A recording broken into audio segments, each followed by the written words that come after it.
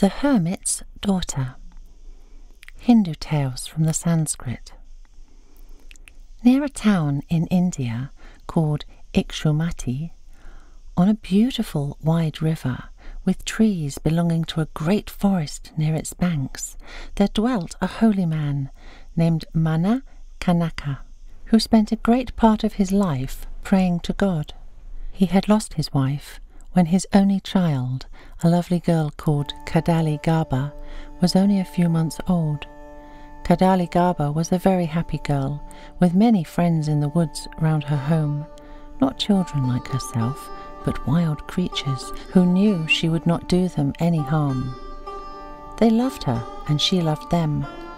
The birds were so tame that they would eat out of her hand, and the deer used to follow her about in the hope of getting the bread she carried in her pocket for them. Her father taught her all she knew, and that was a great deal, for she could read quite learned books in the ancient language of her native land. Better even than what she found out in those books was what Mana Kanaka told her about the loving God of all gods, who ruled the world and all that live in it. Kadali Gaba also learnt a great deal through her friendship with wild animals. She knew where the birds built their nests, where the baby deer were born, where the squirrel hid their nuts, and what food all of the dwellers in the forest liked best. She helped her father to work in the garden in which all of their own food was grown, and she loved to cook the fruit and vegetables for Mana Kanaka and herself. Her clothes were made of the bark of the trees in the forest, which she herself wove into thin, soft material suitable for wearing in a hot climate.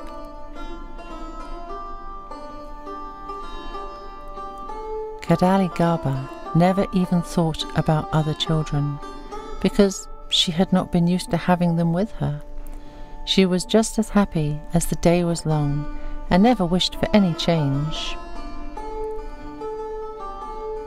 But when she was about 16, something happened which quite altered her whole life. One day, her father had gone into the forest to cut wood and had left her alone. She had finished tidying the house and got everything ready for the midday meal, and was sitting at the door of her home, reading to herself, with birds fluttering about her head and a pet doe lying beside her, when she heard the noise of a horse's feet approaching. She looked up, and there on the other side of the fence was a very handsome young man, seated on a great black horse, which he had reined up when he caught sight of her. He looked at her without speaking, and she looked back at him with her big black eyes full of surprise at his sudden appearance. She made a beautiful picture, with the green creepers covering the hut behind her, and the doe, which had started up in fear of the horse, pressing against her. The man was the king of the country, whose name was Dridha Varman. He had been hunting and had got separated from his attendants. He was very much surprised to find anyone living in the very depths of the forest, and was going to ask the young girl who she was, when Kadali Gaba saw her father coming along the path leading to his home. Jumping up, she ran to meet him, glad that he had come, for she had never before seen a young man, and was as shy as any of the wild creatures of the wood. Now that Mana Kanaka was with her, she got over her fright and felt quite safe, clinging to his arm as he and the king talked together. Mana Kanaka knew at once that the man on the horse was the king, and a great fear entered his heart when he saw how Dridha Varman looked at his beloved only child.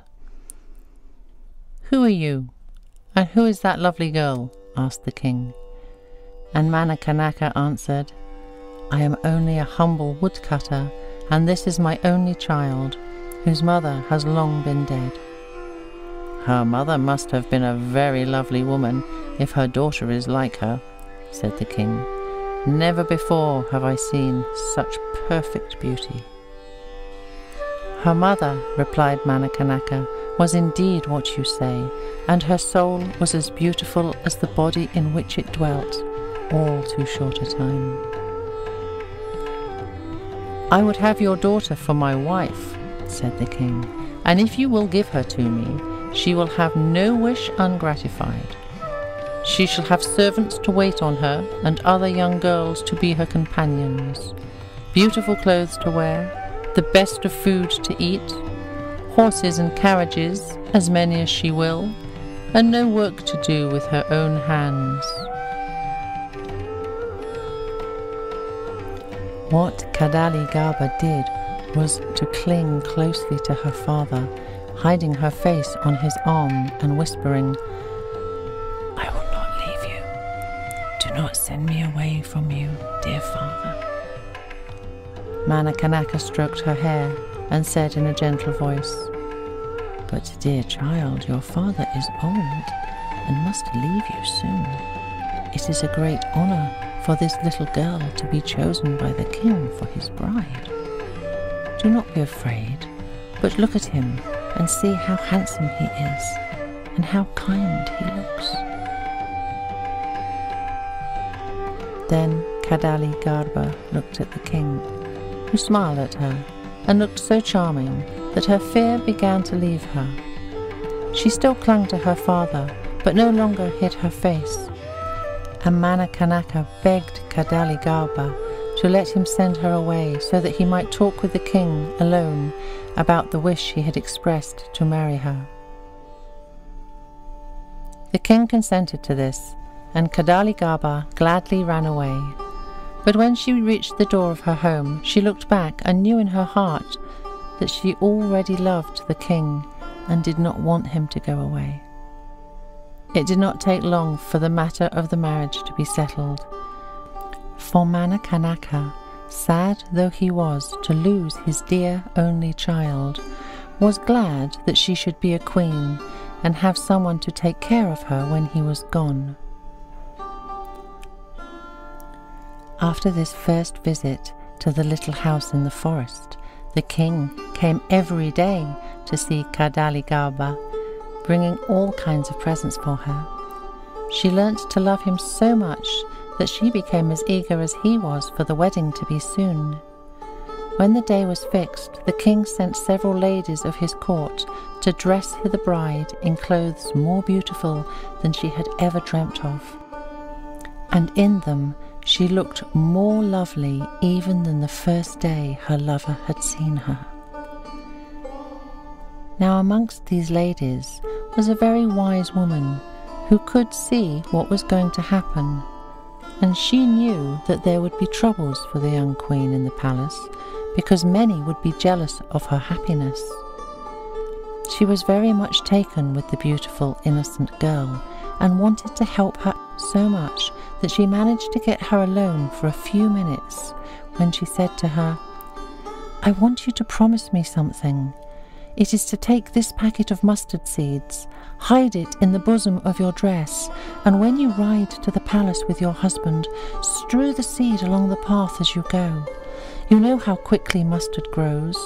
Well, it will spring up soon, and if you want to come home again, you can easily find the way by following the green shoots. Alas, I fear they will not have time to wither before you need their help."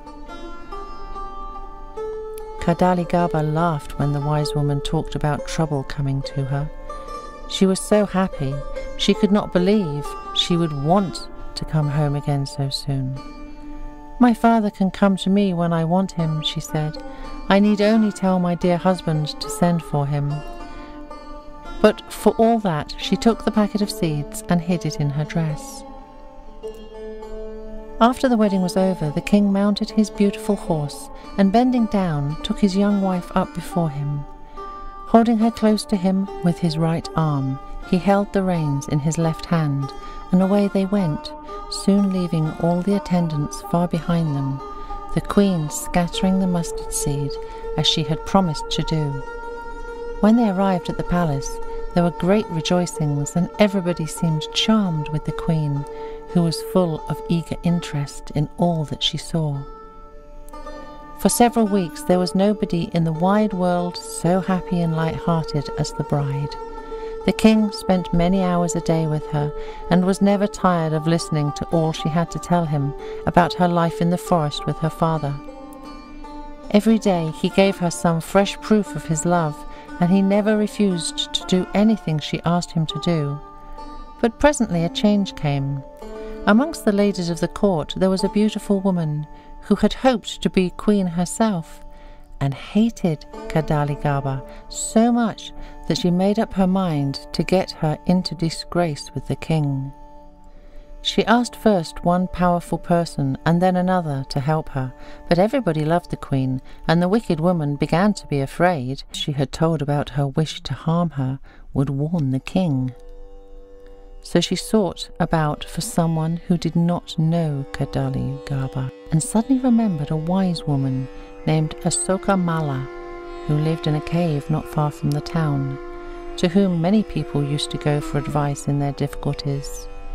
She went to this woman one night and told her a long story in which there was not one word of truth. The young queen, she said, did not really love the king, and with the help of her father, who was a magician, she meant to poison him. How could this terrible thing be prevented, she asked, and she promised that if only Asoka Mala would help to save Dridha Varman, she would give her a great deal of money. Asoka Mala guessed at once that the story was not true, and that it was only because the woman was jealous of the beautiful young queen that she wished to hurt her. But she loved money very much. Instead, therefore, of at once refusing to have anything to do with the matter, she said, "Bring me 50 gold pieces now, and promise me another 50 when the queen is sent away from the palace, and I will tell you what to do." The wicked woman promised all this at once. The very next night she brought the first 50 pieces of gold to the cave, and Asoka Mala told her that she must get the barber who saw the king alone every day to tell him he had found out a secret about the queen. "You must tell the barber all you have already told me, but be very careful to give some proof of your story, for if you do not do so, you will have only wasted the 50 gold pieces that you have already given to me, and more than that, you will be terribly punished for trying to hurt the queen, whom everybody loves." The wicked woman went back to the palace, thinking all the way to herself, "How can I get a proof of what is not true?" At last an idea came into her head. She knew that the queen loved to wander in the forest, and that she was not afraid of the wild creatures, but seemed to understand their language. She would tell the barber that Kadaligaba was a witch and knew the secrets of the woods, that she had been seen gathering wild herbs, some of them poisonous, and had been heard muttering strange words to herself as she did so. Early the next morning, the cruel woman went to see the barber and promised him a reward if he would tell the king what she had found out about his wife. "He won't believe you at first," she said, "but you must go on telling him till he does. You're clever enough," she added, "to make up something he will believe, if what I have thought of is no good." The barber, who had served the king for many years, would not at first agree to help to make him unhappy. But he too liked money very much, and in the end he promised to see what he could do if he was well paid for it.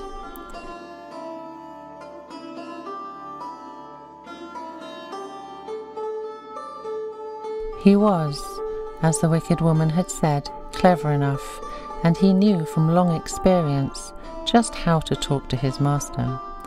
He began by asking the king if he had heard of the lovely woman who was sometimes seen by the woodsman wandering about alone in the forest, with wild creatures following her. Remembering how he had first seen Kadali Gaba, Dridha Varman at once guessed that she was the lovely woman. But he did not tell the barber so, for he was so proud of his dear wife's beauty that he liked to hear her praised, and wanted the man to go on talking about her. He just said, "What is she like? Is she tall or short, fair or dark?" The barber answered the questions readily. Then he went on to say that it was easy to see that the lady was as clever as she was beautiful, for she knew not only all about the animals, but also about plants. Every day, he said, she gathers quantities of herbs, and I have been told she makes healing medicines of them. Some even go so far as to say she also makes poisons, but for my part, I do not believe that. She is too beautiful to be wicked. The king listened, and a tiny little doubt crept into his mind about his wife. She had never told him about the herbs she gathered, although she often chattered about her friends in the forest. Perhaps, after all, it was not Kadali Gaba the barber was talking about. He would ask her if she knew anything about making medicines from herbs. He did so when they were alone together, and she said at once, "Oh yes, my father taught me, but I have never made any since I was married." "Are you sure?" asked the king, and she answered, laughing, "Of course I am. How could I be anything but sure? I have no need to think of medicine making, now that I am queen." Dridha Varman said no more at the time, but he was troubled, and when the barber came again, he began at once to ask about the woman who had been seen in the woods. The wicked man was delighted and made up a long story. He said one of the waiting women had told him of what she had seen. The woman, he said, had followed the lady home one day, and that home was not far from the palace. She had seen her bending over a fire, above which hung a great saucepan full of water, into which she flung some of the herbs she had gathered, singing as she did so in a strange language. Could it possibly be, thought the king, that Kadali Gaba had deceived him? Was she perhaps a witch after all? He remembered that he really did not know who she was, or who her father was. He had loved her directly he saw her, just because she was so beautiful. What was he to do now? He was quite sure from the description the barber had given of the woman in the forest that she was his wife. He would watch her himself in future and say nothing to her that would make her think he was doing so. Although the king said nothing to his wife about what the barber had told him, he would not treat her exactly as he did before he heard it, and she very soon began to wonder what she had done to vex him. The first thing she noticed was that one of the ladies of the court always followed her when she went into the forest. She did not like this, because she so dearly loved to be alone with the wild creatures, and they did not come to her when anybody else was near. She told the lady to go away, and she pretended to do so, but she only kept a little further off. And though the queen could no longer see her, she knew she was there, and so did the birds and the deer. This went on for a little time, and then Kadali Gaba asked her husband to tell everyone that she was not to be disturbed when she went to see her friends in the forest. "I'm afraid," said the king, "that some harm will come to you. There are wild beasts in the depths of the wood who might hurt you. And what should I do if any harm came to my dear one?" Kadali Gaba was grieved when Dridha Varman said this, for she knew it was not true, and she looked at him so sadly that he felt ashamed of having doubted her. All would perhaps have been well even now, if he had told her of the story he had heard about her, because then she could have proved that it was not true. But he did not do that. He only said, I cannot let you be alone so far from home. Why not be content with the lovely gardens all around the palace? If you still wish to go to the woods, I will send one of the gamekeepers with you instead of the lady who has been watching you. Then he can protect you if any harmful creature should approach. If my lord does not wish me to be alone in the forest, answered the queen, I will be content with the gardens, for no birds or animals would come near me if one of their enemies were with me. But, she added as her eyes filled with tears, will not my lord tell me why he no longer trusts his wife, who loves him with all her heart? The king was very much touched by what Kadaligaba said, but still could not make up his mind to tell her the truth. So he only embraced her fondly and said she was a good little wife to be so ready to obey him. The queen went away very sadly, wondering to herself what she could do to prove to her dear lord that she loved him as much as ever. She took care never to go outside the palace gardens, but she longed very much for her old freedom and began to grow pale and thin. The wicked woman who had tried to do her harm was very much disappointed that she had only succeeded in making her unhappy. So she went again to Asokamala and promised her more money. She would think of some plan to get the king to send his wife away. The wise woman considered a long time, and then she said, "You must use the barber again. He goes from house to house, and he must tell the king that the beautiful woman who used to roam about in the forest collecting herbs has been seen there again in the dead of night, when she could be sure no one would find out what she was doing." Now it so happened that Kadaligaba was often unable to sleep because of her grief, that the king did not love her so much as he used to do.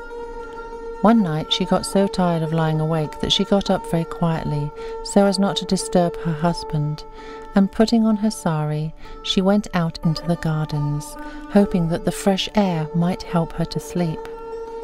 Presently the king too woke up, and finding that his wife was no longer beside him, he became very uneasy and was about to go and seek her when she came back. He asked her where she had been, and she told him exactly what had happened, but she did not explain why she could not sleep. When the barber was shaving the king the next morning, he told him he had heard that people were saying the beautiful woman had been seen again one night, gathering herbs and muttering to herself. "They talk, my lord," said the man, "of your own name having been on her lips, and those who love and honour you are anxious for your safety. Maybe the woman is indeed a witch, who for some reason of her own will try to poison you." Now, Dridhavarman remembered that Kadaligaba had left him the night before, and perhaps he thought at other times when I was asleep. He could scarcely wait until the barber had finished shaving him, so eager was he to find out the truth. He hurried to his wife's private room, but she was not there, and her ladies told him she had not been seen by them that day. This troubled him terribly, and he roused the whole palace to seek her. Messengers were soon hurrying to and fro, but not a trace of her could be found. Dridhavarman was now quite sure that the woman the barber had talked about was Kadaligaba, the wife he had so loved and trusted. Perhaps, he thought, she has left poison in my food and has gone away so as not to see me die. He would neither eat nor drink, and he ordered all the ladies whose duty it was to wait on the queen to be locked up until she was found. Amongst them was the wicked woman who had done all the mischief because of her jealousy of the beautiful young queen, and very much she wished she had never tried to harm her. In her trouble about the loss of the king's love, Kadaligaba longed for her father, for she felt sure he would be able to help her. So she determined to go to him. With the aid of the wise woman who had given her the packet of mustard seed, and who had been her best friend at court, she disguised herself as a messenger, and mounted on a strong little pony, had sped along the path marked out by the young shoots of mustard, reaching her old home in the forest before the night fell. Indeed was the joy of Manakanaka at the sight of his beloved child, and very soon she had poured out all her sorrow to him. The hermit was at first very much enraged with his son-in-law for the way in which he had treated Kadaligaba, and declared that he would use all the powers he had to punish him. "Never," he said, "shall he see your dear face again, but I will go to him and call down on him all manner of misfortunes. You know not, dear child, I have never wished you to know, that I am a magician and can make the very beasts of the field and the winds of the heaven obey me. I know full well who has made this mischief between you and your husband, and I will see that punishment overtakes them." "No, no, father," cried Kadaligaba. "I will not have any harm done to my dear one, for I love him with all my heart.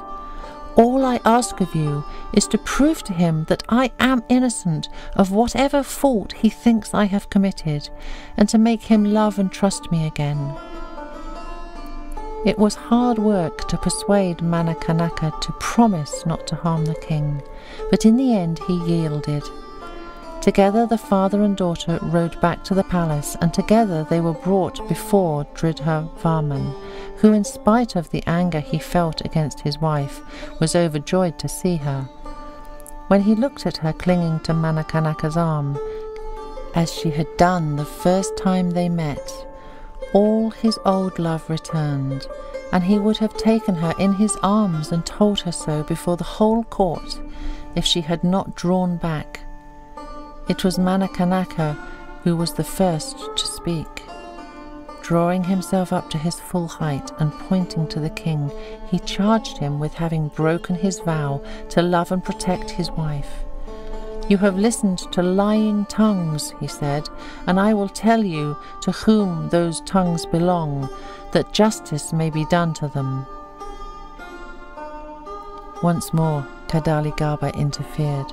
"No, father," she said, "let their names be forgotten.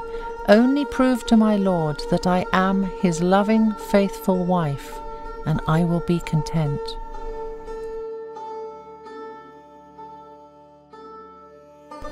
"I need no proof," cried Dridha Varman, "but lest others should follow their evil example, I will have vengeance on the slanderers. Name them, and their doom shall be indeed a terrible one." Then Manakanaka told the king the whole sad story, and when it was ended, the wicked woman who had first thought of injuring the queen, and the barber who had helped her, were sent for to hear their doom, which was to be shut up for the rest of their lives in prison. This was changed to 2 years only, because Kadaligaba was generous enough to plead for them. As for the third person in the plot, the old witch of the cave, not a word was said about her by anybody.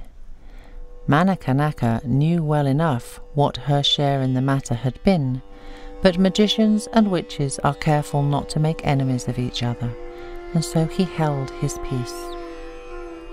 Dridha Varman was so grateful to his father-in-law for bringing his wife back to him that he wanted him to stop at court, and said he would give him a very high position there. But Manakanaka refused every reward, declaring that he loved his little home in the forest better than the grand rooms he might have had at the palace. "All I wish for," he said, "is my dear child's happiness. I hope you will never again listen to stories against your wife. If you do, you may be very sure that I shall hear of it, and next time I know that you have been unkind to her, I will punish you as you deserve." the king was obliged to let Manakanaka go, but after this he took Kadaligaba to see her father in the forest very often. Later, when the queen had some children of her own, their greatest treat was to go to the little home in the depths of the wood. They too learnt to love animals and had a great many pets, but none of those pets were kept in cages.